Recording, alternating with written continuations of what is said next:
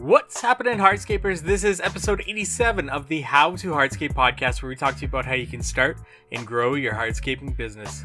And on today's episode, we are joined by Aaron Witt. He is the founder of BuildWitt Media Group and host of the Dirt Talk podcast. And he joins us today to talk about marketing, branding, and building and sharing your business story, your company's story, so you can build that brand and build that team out from that, creating that company culture. So without further ado, here's our interview with Aaron. Today, we're joined by Aaron Witt, the founder of BuildWitt Media Group and the host of the Dirt Talk podcast. Aaron, thank you so much for taking the time to join us here. Absolutely. I'm excited to be here. And among many other things, you have many different Instagram accounts that I'm sure we're going to get into and talk about, and the photography that you do and everything that BuildWitt Media Group does along with it. So to get started, I kind of want to skip over your introduction into the construction industry, because that's covered on the Dirt Talk podcast. And if you aren't already following along and subscribe to the Dirt Talk podcast, Aaron's got 2 back-to-back episodes there that cover his introduction into the construction industry, which are definitely worth a good listen.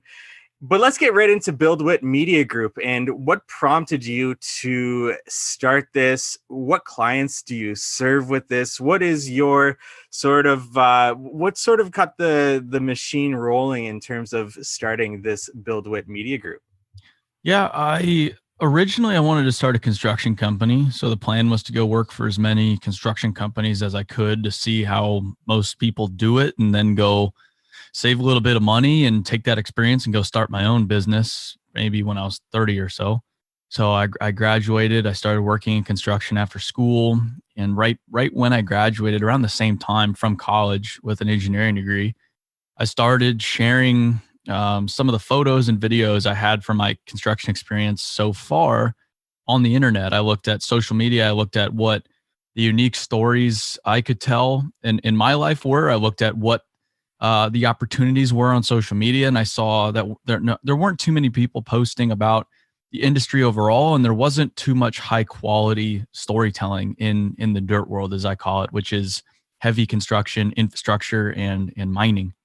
So I started sharing my just cell phone pictures. I bought a little drone. I started flying around town over construction projects, posting those photos online. And it just started to grow, since no one else was really doing it. And yet there was a big community of people that loved that online, that really wanted to see that stuff and hear the stories about the industry. So it started to grow. And while I was working construction, a construction software company found me. They wanted me to run a program called I Build America. They found me because of my social media presence. So I interviewed there, and it was just too good to turn down. So I moved down to Houston, Texas, and tried to do that for a little bit. Got tired of that. Quit a few months later. And at that time, I had a little bit of a following online, and just said, you know what, I'm going to go try to make something of this. Try to go take some pictures on job sites around the country and post them online, and go build social media presences for these construction companies and help them hire more people and get more business. And it's just, it's grown from there. So it started with me and a camera, just driving around in my little Toyota Camry. And here we are, 126 a few years later, and it's definitely grown. And Toyota Camry to the trucks that you guys have now, you're definitely building on something. But getting back to those roots with Instagram, what was your goal when you started that Instagram account and you started posting these pictures? Did you have a goal in the frame of mind? Obviously, I would assume that you didn't think that it would be creating a media company based from those first few photos that you started posting. What was the goal initially? Well, and even when I quit my job to go try to start a company, I don't even think I realized I was starting a media company at the time. But the goal for social media wasn't, and it still isn't, really about attention. Or I don't like attention. My personality, I'm very introverted. I don't like interacting with people all that much, and so I never did it for that reason. I did it just to share about the world that I love so much. I love the dirt world. I'm just absolutely in love with this world that that builds the world around us and that no one could live without. So I wanted to share my experiences from the industry, and that was the platform to do it. So that was the goal initially, and still is the goal of what I do online, is just to share about the dirt world, educate people about the dirt world, educate about the career opportunities, educate about what it takes to build things around us, maybe even inspire people that maybe they'll never be working in the dirt world, but at least give them the appreciation for what the dirt world actually does for them day to day, because they couldn't, like I said, they couldn't live without it. They couldn't drive to work. They couldn't turn the faucet on. They couldn't turn their lights on without these people out there working a lot of times 365 days a year to serve society. So that's always been the purpose, is to just tell that story in the most authentic, high quality manner possible. Mm-hmm. So you start BuildWitt Media Group, and what is the vision, and what clients are you serving to start out with? And are you still serving those clients, or has your kind of vision changed since the initial startup? Yeah, the initial year was really a big learning process for me. It was trying to find who we can serve best. So we just tried to kind of see whatever stuck that first year. We worked with some smaller grading contractors up to the largest companies in the United States in whatever given area they serve, some of the biggest mining companies, some of the biggest equipment companies. And we got fired from quite a few of them, and lost a lot of the work that we did originally, because we were getting into relationships that didn't serve either party, and they were looking for something that we couldn't provide. We were looking for something that they couldn't provide. So after that first year, we really narrowed it down to who we want to work with, and that's forward thinking, heavy construction equipment mining businesses. They have to treat their people right. They want to be the future of the industry. They're heavily implementing technology. They have great equipment programs. They're just thinking differently. They want to be that future dirt world, not the past dirt world like a lot of companies are today.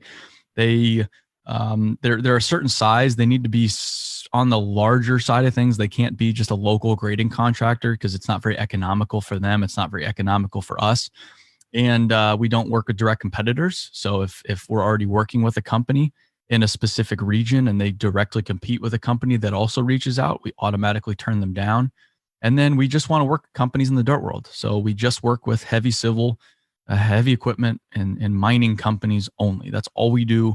So whenever manufacturers reach out to us, general contractors reach out to us, home builders, whatever it may be, we just say, this isn't our world that we operate in. So we wish we could help you, but we can't. So that's who we work with now. Is we work with about 25 dirt world businesses around the United States. We work in about half the US states now. And these are contractors that do anything from residential site development, building large subdivisions, to doing tunneling projects, to mining coal for power plants, to supplying heavy equipment to steel mills. So we see a lot of different industries. We see a lot of different work. We see a lot of different states and places and people. So it's a lot of fun to cover such a wide geographic area. And the goal is to keep it growing to about around 50 great companies around the United States. We don't want to scale it to the moon. We just want to find those great, 50 great partners that we can grow with for the next 40, 50 years, have those really long-term relationships with. Mm-hmm. And then can you get into a little bit of the services that you provide these companies? Yeah. So like I said, it started with just pictures. Taking pictures for me, I'm not a big fan of photography. I'm not a big fan of cameras.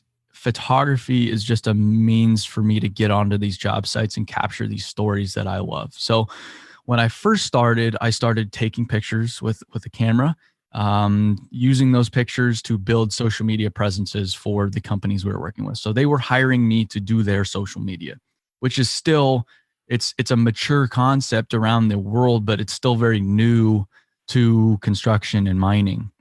So that's how I started. And then they started asking, well, could you help us with a website, or could you help us with a video project, or we're trying to do these paid ads. We don't really know what we're doing. So we just have naturally added digital marketing services over the past few years. So now we do anything digital marketing, whether that be paid advertising campaigns, whether that be very large dynamic websites now, whether that be rebranding entire companies, doing logos, doing mission and values, that kind of thing. And we've hired really smart people that are subject matter experts in every single one of these categories. So I don't necessarily know how paid advertising works. I don't know how to build a website, but I don't need to know how to build a website. I don't need to know how to do paid advertising. I just need to find that great person that does know. I need to educate them on the industry, how to speak the language of the industry, what the vision for the company is, why we're doing what we're doing. And then I need to give them my trust and just allow them to do their job. So that's what we've done. And we've built our team to be those subject matter experts across the board, which is why we've been able to grow each area of our business pretty quickly over the past year or two. Mm-hmm. And that provides a lot of context into what we're going to get into in this interview.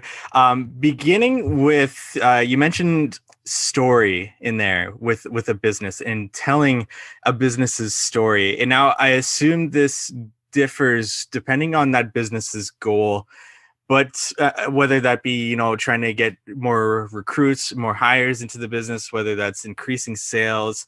But when a business comes to you and they want you to tell their story, where do you even start with that? How do you get down to the bottom of that business and what story you're going to tell with that business?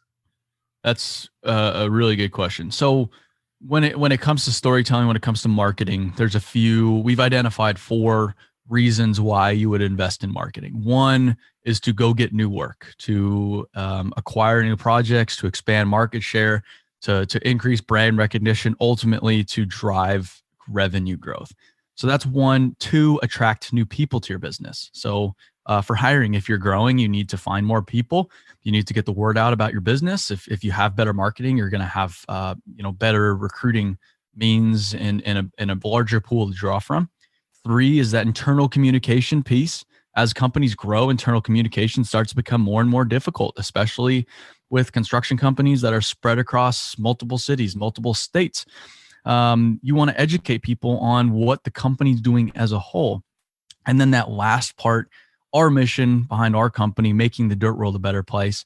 That's our number 4 is it all contributes to just making the dirt world a better place, telling the industry story to inspire that next generation. So those are really the key reasons. So when we start to tell the story of a company, the companies that we work with, they typically approach us and they're curious. They've seen the storytelling we do for other companies online. A lot of times Instagram or LinkedIn or YouTube or whatever it may be, or they'll go to another construction company's website and they see that, oh, wow, okay, so I guess they're working with BuildWitt. They reach out to us, which shows that they're curious about telling their story in the first place. So that's step 1, is just making sure that they have the desire to tell their story. We don't want to beat our heads against the wall and try to have to convince someone of something they don't want to do. So that's step 1.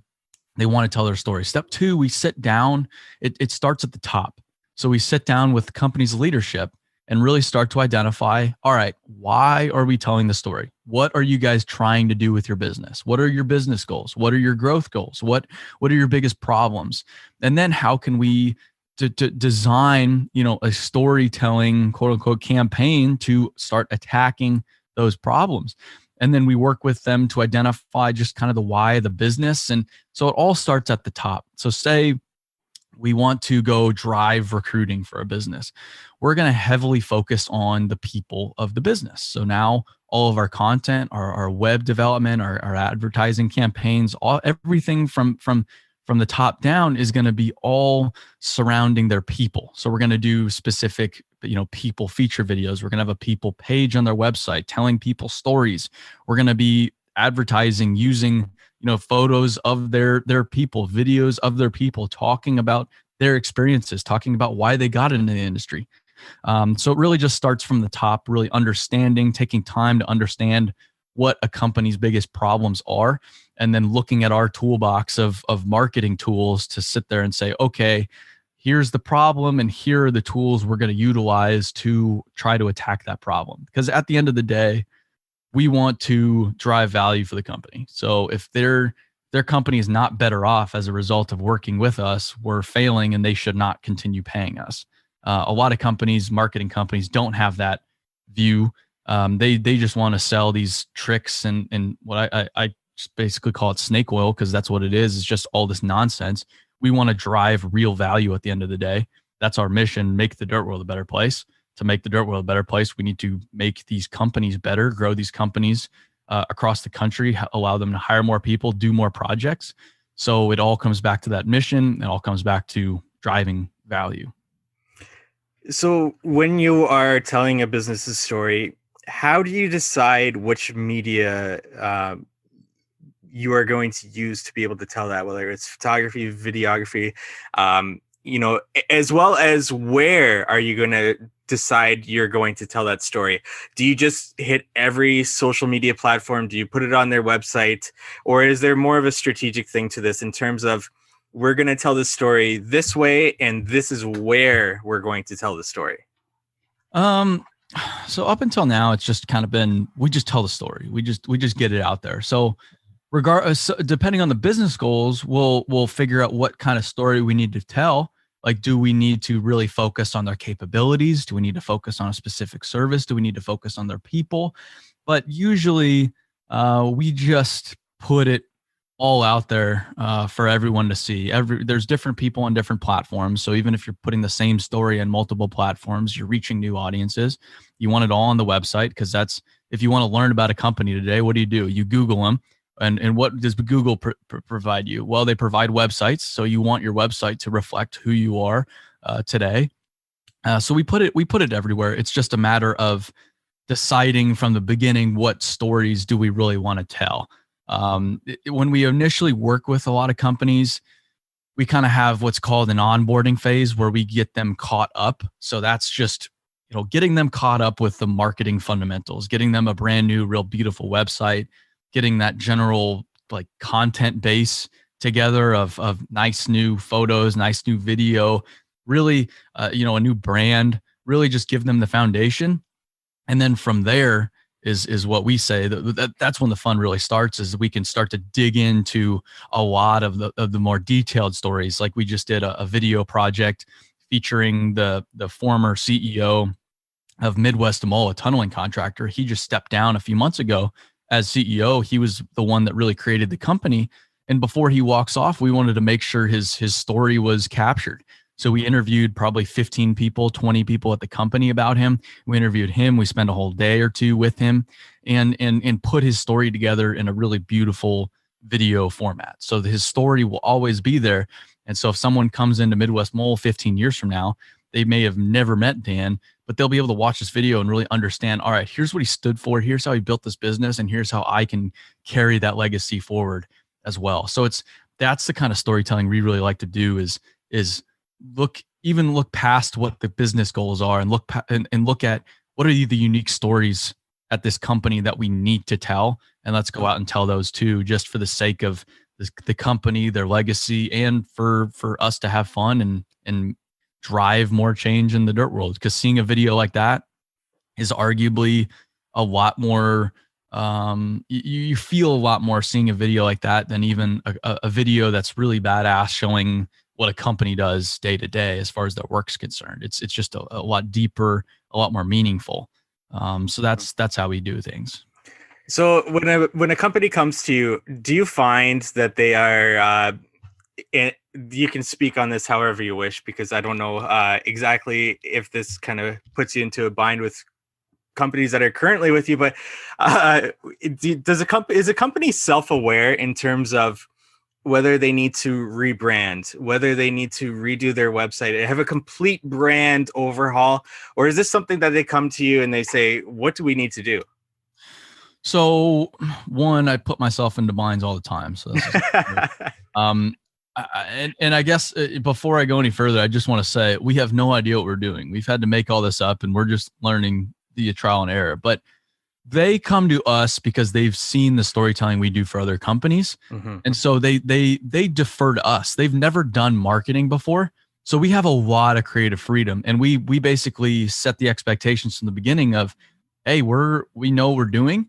And we're really good at what we do. So we're if we tell you that we probably ought to go in this direction, we highly recommend you listen. Are we going to force you to listen? No, but every relationship we have, we just basically they come to us and they say, we need to tell our story, but we don't really know how. So they already come to us with that understanding of, yeah, we don't know how to do this, or we don't have the resources to do it, whatever it may be. So they really defer to our judgment, which sets up the relationship for success from the very beginning. And then we take them through the process. We educate them. It's a lot of time spent educating all the companies we work with on how to market themselves, how to tell their story, what story they need to tell. Are some of them uncomfortable at the beginning? Absolutely. A lot of the companies we work with, a lot of the individuals that have started these companies, they're very private people. They're very humble people. They don't at all want the spotlight to be on them. However, you need to tell some of their story. You need to put some of the spotlight on them. And that makes them very uncomfortable at first. But once they see the results, they start to really understand the bigger picture. So they defer to us, I guess, is the answer to that question. And they largely understand that they don't know what they're doing from the beginning. The problem that I found in the past is when you have existing marketing people at some of these companies that think that they're experts, and maybe they are in one specific area, but a lot of times they're a pain in the ass, because they try to they want to show how much they know, or they want to justify their position, whatever it may be. We want to work with them. We're not there to replace them. We're there to help them. But sometimes they don't see it like that, and there's whatever it may be, they've caused some issues. Not now. It's mostly been something in the past where they'll have a marketing person, they bring us in, they feel a little threatened by us. It's like, no, we're actually here to help. We want you here. It's a good thing that they have internal marketing.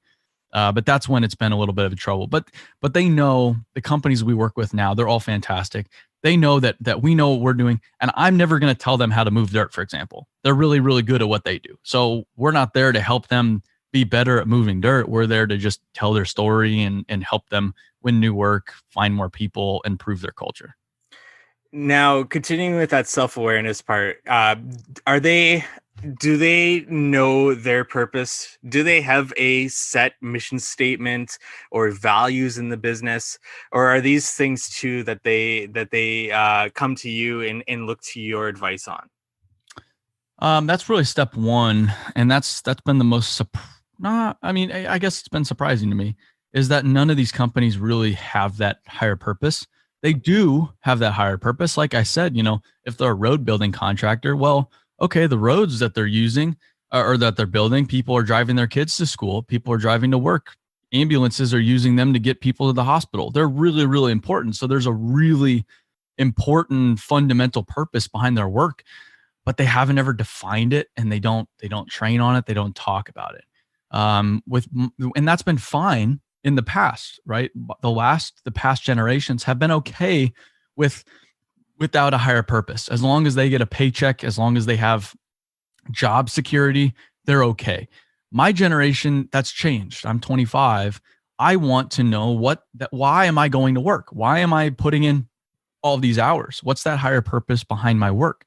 I want that defined. I want that to be a big core tenet of the business that I'm dedicating myself to. And I'm trying to educate our industry on that. A lot of other industries have started to figure that out. Ours hasn't. So we haven't ever spent time on really defining it. So that's what we spend a lot of time with now, with the companies we work with, defining that higher purpose.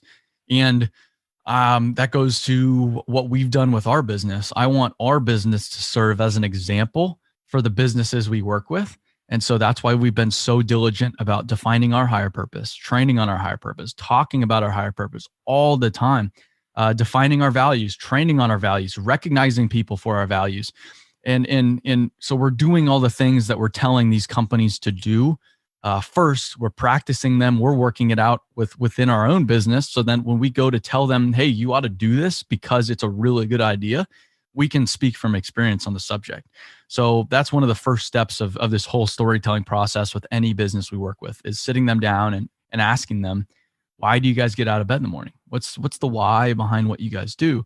And a lot of the businesses we work with, the why is pretty similar because they're all infrastructure businesses. They're all moving dirt. It's a similar why, and that's okay. It can be similar. It just has to be defined and has to have purpose and has to have meaning and has to be talked about within the business. So that's a big piece of what we do. So that being a big piece of what you do, I'm sure that that comes down to having a cost associated with it that the business incurs by bringing you guys on. So what is the ROI? What is the return on investment to really nail down a business's purpose and set a mission statement and understand their values? For them, what is the return on investment to do this? So, I mean, that's if I could define the ROI, that would make my job a lot easier. And when I started the business, we obviously could not prove ROI because we had never done it before. It had never really been done in the industry before, and we didn't have any data. So in the early days, people were just buying me. They were buying my vision for everything. They were buying my storytelling, and they were trusting me that they would eventually see ROI. And I genuinely believed they would eventually see ROI. I just didn't know when or how. And because I had never done it either. So I didn't really know. I knew deep down, but I didn't really know. So it's taken us a few years. Marketing is like I explain it. It's like investing. So if you go invest in the market, if you invested a week ago, if you're expecting to go double your money within a week, that's completely absurd. And if someone's telling you that they can go double your money in a week, I would not give them your money because that's total nonsense. That's just not how things work. That's not how investing works. Investing, the wealthiest people in the world, they've gotten wealthy based on compounding. So they continuously invest for a long period of time, and at first the rate of return is small. But as that result compounds and as the money sits there for more and more years, the result becomes more and more dramatic. So marketing is exact same principle. You need to put a lot of money in. You need to continuously invest in it. You're going to see a little bit of return up front, but you're not going to see very much until you've been doing it for a consistent long period of time. So the companies that we've been working for the longest, in theory, should be seeing the most dramatic results. And that is absolutely the case, which is very exciting, is companies like Rosso Constructors out of Murfreesboro, Tennessee, just south of where I am in Nashville. They are seeing arguably some of the most dramatic returns on investment. And what are those returns? Well, it's returns in their culture and in how the people feel valued there. It's returns in them winning jobs. They just won their largest job to date because of their online presence, because of their partnership with BuildWitt, quite literally, is what we heard from the company that awarded them the project. They also reached out to us to tell us that. So that's an enormous return on investment right there. And you only have to win one job to justify a lot of times multiple years of marketing expenses. You don't need to go win a lot of jobs. You really just need to win that one decent sized job. It's allowed them to hire more people. And even when I was out on a site, it was probably 2 months ago now, a guy in a D6 dozer, he stopped, he got out of the machine. He said, I know, I just wanted to shake your hand. I just moved my family from Indiana to Tennessee because I learned about Rosso through you. I started researching them. They looked like a great company to work for. And so I basically changed my whole life to work here, and I love it now. And he's doing great. That's ROI. You know, how much money is one great operator worth to that business? It's a lot of money, So those are the kind of results we're starting to see. We're able to drive job applications. We're able to get people hired. We're able to accelerate growing their culture. We're able to legitimately win them new work. So now we're starting to see tangible results of what we're doing. And we practice all the same principles with our own business. And that's how we've grown our own business. That's how we get all our work is sharing on social media, is telling stories consistently. And it's worked out really well for us too. I love that. And the consistent nature to, marketing and branding and seeing that ROI over a longer period of time. I like the analogy you used there with investing in the market. You're not going to expect a return next week, but it's those years and years that follow that, you build up that investment portfolio, and that's marketing and branding. And Um, I'm going to assume that you may not know exactly the business's financials, and to be able to answer this question, but I'm going to ask it anyways. Do businesses have a certain percentage of, say, gross sales or net profit that they allocate towards marketing and branding, or is this something that will vary from business to business? Every other industry does typically. Our industry doesn't because they've never invested in marketing before. A lot of Mhm. companies would argue that point. I would say there's been almost no investment in marketing. So we're trying to get it to that model where they are investing a certain percentage of revenue in marketing. The problem with our industry is that margins are so low.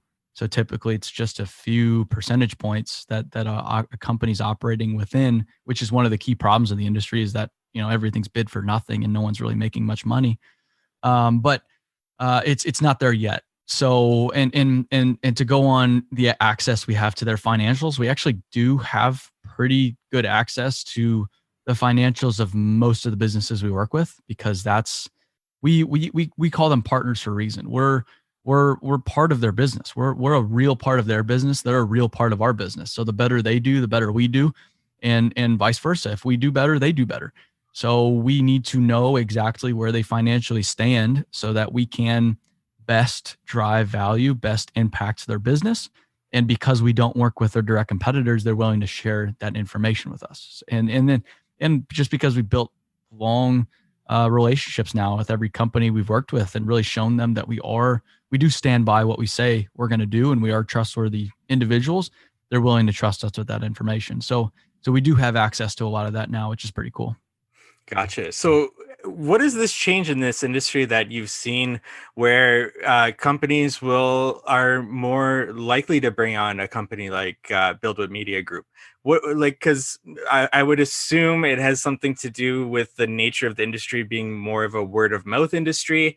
I don't know if that applies to the dirt industry, but definitely in the contractor, landscape construction, hardscape industry. And they don't see the value in putting money forward into marketing and branding because they have this word of mouth coming in. Is that something similar and is there a change that you've seen in the industry that allows businesses to, move forward with a BuildWitt Media Group? The key change is people. So we have a lot of people retiring right now. We have a lot of older people right now, and these companies are starting to get smart enough to see the problem is okay. If we have all these older people and all these people retiring and leaving our business, and we're really struggling to attract these younger people, what are we going to do? How are we going to bridge that gap? We need to do something different. We need to try something else. And okay, maybe we do need to start educating people about our industry. Maybe we can't just keep operating within this little veil of secrecy for no reason. Maybe we do need to put ourselves out there, be more vulnerable, and show people who we are as an industry. And so that's, I think, what the big change is.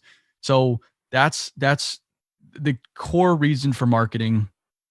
I would argue, at least how these companies see it, we see it a little differently, is they need to attract new people. And then it's a lot of these newer, younger companies starting to become larger now. So people that have started their company, 5, 10 years ago in their 20s, they're now in their 30s. The company's now a little bit more mature. They're now starting to become a larger player in the market. They already think differently. They're just trying to find new ways to do things. So a lot of those companies hire us on, or it's these older companies that have been around for a long time, but they're transitioning to the next generation. So they're transitioning to someone maybe in their 30s or something like that, who's seen the value of social media, who've seen the value of marketing elsewhere and wants to bring that into their company as well and exploit the value of storytelling for the gain of their own business as well. So that's really the driver, and that's why we're able to do what we do. That said, it's still a very new market. We're still largely creating the market we're serving.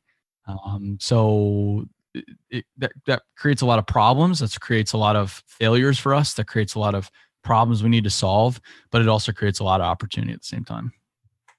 Yeah, and you mentioned people a lot there, and that comes down to the culture that the business creates from that branding.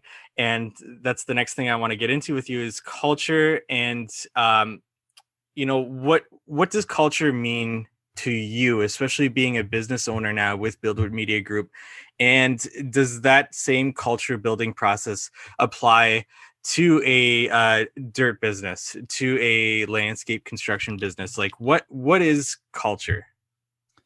I mean, it's so intangible. It's hard to explain. The best way, at least how I want it to be for our business. We're building an office right now, and it'll be done in the summer, and so it's going to be another year before it's filled up with people, and is where we want it to be. But and we've never had an office before. We've been totally remote for the past 3 years. But I want it to be when someone walks into our office, it feels different. There's something about it. There's just a different feeling there that makes them want to be there. That makes everyone just want to stick around and ask, like, just, man, what is it about this place that makes it so different, so electric, so it just draws me in, and really makes me want to be here. So I think it's just like an overall feeling of the business, of being there, of dealing with that business, and how they present themselves. I don't think it's a lot of this artificial nonsense. For us, we've built culture by caring for people, by investing in people. Like I was telling you before this call, I mean, we just invested a lot of money in giving everyone 2 weeks off around the holidays, because I think that's the right thing to do. I want to give them time to spend with their families. And I even gave them spending money to, I said, all right, I'm going to give you this money, and you're required to spend it by December 31st. You can spend it however you want, but you need to spend it. Go spend it on Christmas gifts. Go spend it on experience for your family. Go take a small vacation. Whatever you do, I want you to really, really care for yourself. We have flexible time off, because I don't need to be telling someone when they can and can't take off. We have, we pay 100% health insurance for all our people. We pay 50% for our families. We're developing a 401k program. We present our financials of our business every quarter and explain exactly where the company stands financially. We spend a lot of time training on our values. It's a lot of that. It's just a lot of caring for people, a lot of giving to people at the company before expecting a lot in return from them. That's how, I guess that's how we're building our culture. Listening to people, allowing people to make their own decisions, allowing people to have control over their destiny and themselves as an individual. I don't need to be controlling them. They're an adult. They can do what they say they're going to do. I think these are all sound principles, because this is what I've seen elsewhere at great companies that I want to emulate, and because I just think it's the right thing to do. Do we have a lot of data proving that it's the right way to do it? Not yet, because we're still really young, so only time will tell. But I think we're headed in the right direction. I think people really do enjoy working with us. We don't have high turnover like a lot of other businesses. Everyone's really excited to be there. We're performing at a very high level across the board. So I think we are starting to get some data, and over the next few years, it should be a lot more concrete. So I think it's a lot of stuff like that creates culture. But I don't really feel like I need to go talk about culture all the time. I think it's something that you spend time on, that you train on, that you're very deliberate about. But also, it's like there's a general that said, if you're talking about morale, it's probably not that good. Like when morale is the best, you're not talking about it. You're not having to talk about how good morale is. It's the same thing with culture. If you're having to talk about how good your culture is all the time, it's probably not that good. And in our industry, everyone thinks culture is having a Christmas party once a year, and maybe buying pizza for guys every 3 months. That's not really culture. I think culture is a lot deeper than that. It's a sense of belonging. It's a sense of it's excitement. It's really being able to provide what humans desire. And so that's what we aim for in our own business, and that's what we're trying to inspire the companies we work with to also do in their businesses. So when you set these values in this mission statement with a business, and is it kind of up to them to pick it up from there and to run with it, to build a culture based on those values? Or is this something that you guys will do will train the company on and monitor how it goes, because really it's all up to the business in terms of how they implement it and how long term uh, they are able to implement it throughout the business, because from the top down that might get skewed in some sort of way and people might fall off of the values that company holds. How has this been kind of brought up? Has this been any way of kind of measuring or continuing to train these values into a company? So right now we're good at defining them and working through that process. But now it's that in between of, hey, like, you guys need to go pick this up because it's not our business, it's your business, and we can't instill your values. Like, you need to go do that. You need to understand the value of this in the first place. But we haven't done a very good job really truly communicating the value of spending so much time on higher purpose and values. I think we could do a lot better job there. And then we can do a lot better job training for our own company and for our partners. So, like, one of my key investments over the next 3 months, I want to hire someone full time to do training within our business and to create a really robust training program. That's, we put everyone through a week of training, no matter what position they're in the business, before they ever do their job. So we're going to try to figure out the best methods to train on all of these subjects with ourselves first. And then we'll probably have the resources and abilities to go help our partners do the same thing within their businesses. I think the biggest missing piece is training, is that initial training when you bring people into an organization, and then on that ongoing training, that ongoing conversation. And that's something that most of our partners don't have at all. There's very little training in this industry, if any training whatsoever. Mm-hmm. So important. I love everything. I could talk to you for a long time, definitely, but I definitely urge people to go check out the Dirt Talk podcast. Wide variety of topics there. Some of my favorite being the mental health topics in the industry. Excellent work over there. Aaron, what is the goal of Dirt Talk podcast for you?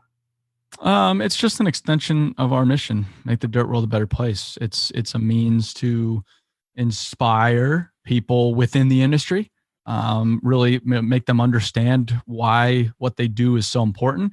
It's a means to inspire that next generation, or inspire people that are in other careers that haven't necessarily thought about the dirt world. Like, hey, maybe this is something I could do. And it's just a means to give people an appreciation for the industry. Like my brother, he listened to it the other day, and he was like, man, this is really cool. He has nothing to do with construction or mining, but he now has a newfound appreciation for what this industry does for society and for him personally. So that's it. And then selfishly too, it's just a means for me to have these longer conversations with all these people I've met, and to become a better communicator and just have a good time. Just kind of just have these random conversations with people, and all these blue collar folks. There's just such great people, and it's so much fun talking to these people. So there's a lot of trying to further our mission, and then there's just a lot of that selfish intent of I just like talking to people one on one and learning about who they are, what gets them going, what they've done, and so I guess that's why the podcast is done decently well. Is just I have that genuine curiosity as far as who these people are and what they're doing day to day. And your openness and transparency, both on the podcast and on this episode, is greatly appreciated. Aaron, thank you for your time here. I can't thank you enough. From all the things we've talked about, from branding, marketing, culture, and everything in between, mission statement, values, lots of great, interesting topics that we covered here. Anything else that you want to leave our audience with? Any closing statements? And where can our audience go find out more about you and everything that you're doing? Yeah. We, like you've said, we have the Dirt Talk podcast. It's been a very unprofessional production this whole year, because again, I have no idea what I'm doing. So I've been doing it, and now I'm doing it in my spare bedroom. So really high tech stuff, very high production quality. But going into this year, we're going to be investing a lot of money in it. We're building a new dedicated podcast studio in our office. It's going to be a lot of fun, and we'll be doing a lot more in person, which I'm really excited about. So we have that. Aaron Witt on LinkedIn, BuildWitt, BuildWitt on Instagram, and I just encourage people to just think about the built world, even if you have no interest, if you love your career as a teacher or a nurse or whatever it may be, and have no interest in actually working for construction, just at least thinking about it, because you couldn't do anything without it. It's so fundamental. The fundamental human needs: food, water, shelter. We impact all three of those on a very intimate level, and none of the three would happen without the dirt world.